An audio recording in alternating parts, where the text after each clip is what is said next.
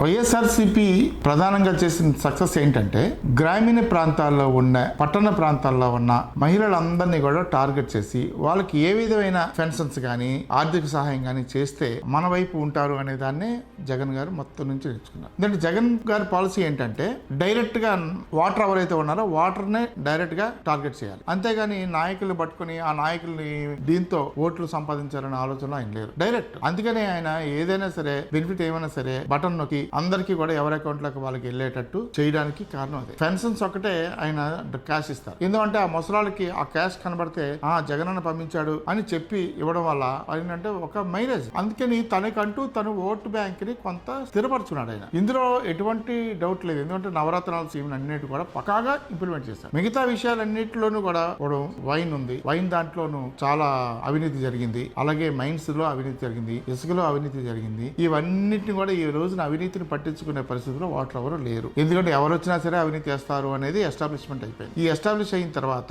ఇప్పుడు అవినీతి గురించి మాట్లాడే ప్రశ్నే లేదు. ఇవాళ మనకు ఉన్నది ఏంటంటే ఎవరు డబ్బులు ఇస్తారు, ఎవరు ఇస్తారు, అదొకటే ఆలోచన. ఆ ఆలోచనని జగన్ గారు గ్రహించి ఆ ఆలోచన ఇంప్లిమెంట్ చేశారు. ప్రతి ఒక్కరికి ఏదో విధంగా డబ్బులు వచ్చేలా చేశారు. గ్రామీణ ప్రాంతాల్లో 90% ఆయన కవర్ చేశారు. పట్టణ ప్రాంతాల్లో 80% కవర్ చేశారు. దీనివల్ల ఏమవుతుందంటే మొత్తం ప్రతి ఒక్కరు కూడా ఇవాళ జగన్ జగన్ జగన్ అనేది దాన్ని పర్సనల్ ఇమేజ్ ని, ఎందుకంటే పర్సనల్ గా చరిత్మ ఉన్న లీడర్స్ మిగతా పార్టీలో అంతగా లేరు. పవన్ కళ్యాణ్ ఒక చరిత్మ ఉన్న సినిమా నటుడే తప్ప లీడర్ కాదు. అలాగే చంద్రబాబు నాయుడు గారు కూడా పర్సనల్ గా చరిత్మ గ్రాస్ రూట్ లెవెల్లో ఉన్న చరిత్మ ఉన్న లీడర్ కాదు. చంద్రబాబు నాయుడు కొన్ని సెక్షన్స్ కి అతను హీరో. అలా కాకుండా జగన్ ఏం చేశారంటే గ్రాస్ రూట్ లెవెల్ కి వెళ్ళారు. గ్రాస్ రూట్ లెవెల్ కి ఎప్పుడైతే వెళ్ళారో తనకి ఒక సాలిడ్ ఓట్ బ్యాంక్ వచ్చేసింది. ఎప్పుడైతే ఆ ఓట్ బ్యాంక్ తన చేతుల్లోకి వచ్చిందో ఇప్పుడు తనే హీరో. అందుకనే తను కొట్టడానికి ముగ్గురు జాతీయ పార్టీలని బీజేపీ, లేకపోతే ఎంతో చరిత్ర ఉన్న తెలుగుదేశం పార్టీ, 10 ఏళ్ల నుంచి పార్టీ నడుపుతున్న జనసేన పార్టీ, ఈ ముగ్గురు చేతులు కలిపి ఈయన ఓడించాలి అని అంటే ఎందుకు ఓడించాలి అనేది జనం ఆలోచిస్తారు డిఫరెంట్ గా. మిమ్మల్ని ఎందుకు గెలిపించాలి, ఈయన ఎందుకు ఓడించాలి. ఇంతవరకు ఏ ప్రభుత్వం కూడా చేయలేని